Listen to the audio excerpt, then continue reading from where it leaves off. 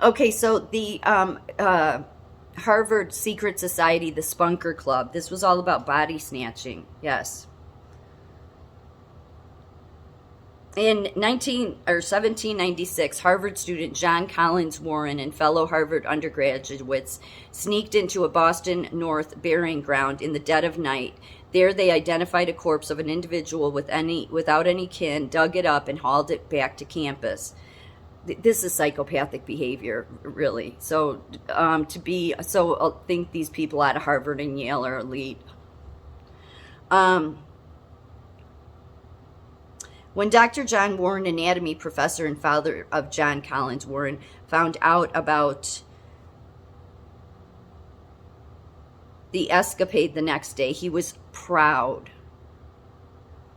When the body was uncovered and he saw what a healthy subject it was, he seemed to be as much pleased as I ever saw him, the young Warren stated. You see, Dr. Warren, co-founder of Harvard Medical School, had also participated in body snatching during his time as a Harvard undergraduate, not as some absurd hazing ritual, but for the advancement of science. In the 18th century, medical students were in dire need of corpses to use as they practiced surgical techniques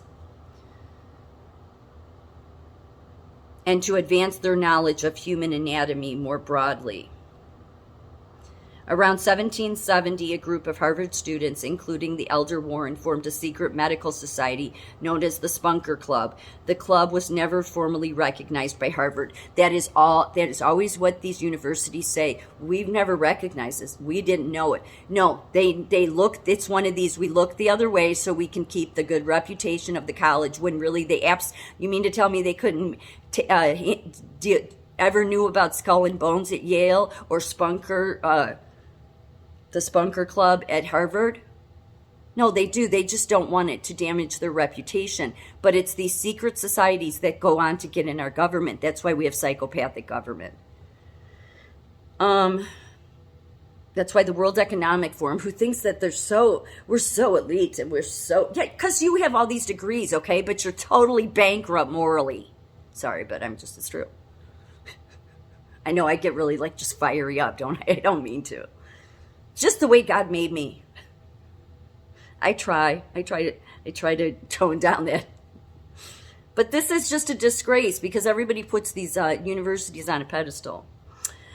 So continuing. But formally, the club was never formally recognized by Harvard and was so hush-hush that members were forbidden to even write its name. One of the Spunker Club's most gruesome activities was emptying Boston graves for medical research, but the club's activities ranged greatly from the dissection of animals to anatomical lectures using human skeletons. Members of the underground Spunker Club included Samuel Adams, only surviving son, as well as William Eudes, the future Secretary of War under James Madison. After several years of scrounging for bodies, the Spunker Club received a godsend, the Revolutionary War. During the bloodshed that resulted from that war, members of the Spunker Club likely collected cadavers from both sides, a practice George Washington referred to as an abominable crime. Yes, because George Washington, I believe, had a moral compass.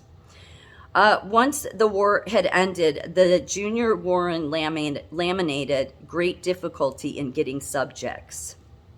In the meantime, Harvard Medical School began bribing New York City officials to ship corpses to the university. With this practice in place, the body-snatching Spunker Club began to fade out of existence. I doubt it. Although its exact history is hard to pin down, given the secrecy surrounding the society. Regardless of the Spunker Club's exact end date, grave robbing continued to be practiced for medical purposes well into the 20th century, okay? According to Atlas Obscura, when one Harvard chapel was renovated in 1999, forgotten human remains, likely collected by the Resurrection Men, were discovered underneath. For Harvard students' sake, we hope that the souls of the displaced dead haven't put a curse on the university. Oh, I think they have. But I think, as I said, I think the universities are the synagogue of Satan. Body snatching grew popular once science and medicine became more pronounced, a pronounced fixture in society. That's the problem. See, back before they had their glory of the golden calf that everybody worships science for, people had more freedoms. But because of and they're it's depraved. Medical schools would pay contractors to dig up cadavers for educational purposes. The recipients wouldn't ask questions about where the bodies came from, and they would sometimes remove identifying features of the body, such as the scalp, ears, or eyes, immediately after delivering, just in case the authorities came knocking. Due to the reduction in executions by the late 17th century, which was the traditional source of cadavers, the grave robbing business began to boom. According to PBS, medical facilities were in great need of fresh bodies due to poor refrigeration methods. The practice, while deemed unethical today for obvious reasons, was seen as necessary.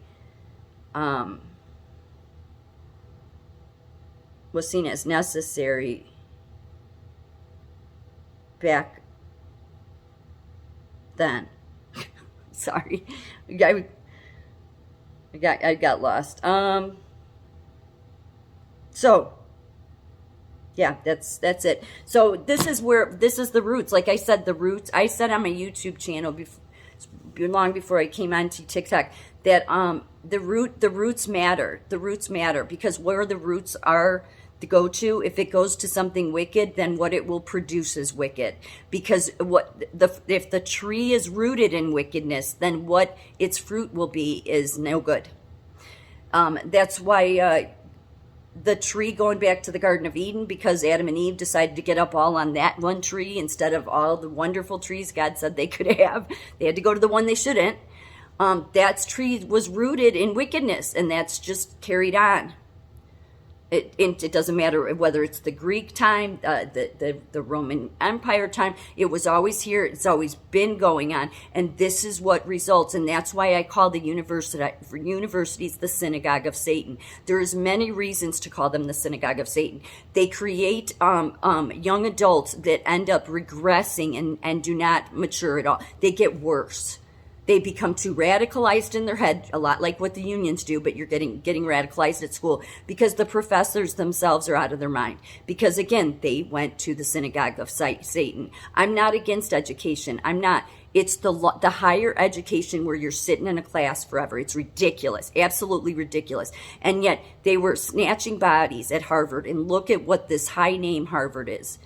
Every president we've had has come from, in our lifetime, has come from, except Trump, has come from either Harvard or Yale or both with nothing but disgraced histories, which means what they will produce is no good.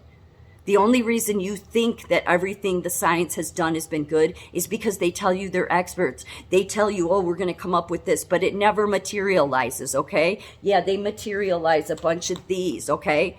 But that's not curing anything, is it? No, it's just the continual process of stealing a bunch of money from you and doing who knows what. But these universities should be cut off. And so the fact that Harvard named it after Kennedy should tell you a whole lot. Because the Kennedys, their roots, because of their dad, goes back to being Nazi sympathizers, communists, which is why JFK increased government during his administration. You never want increased government. They don't fix things. They take freedoms away.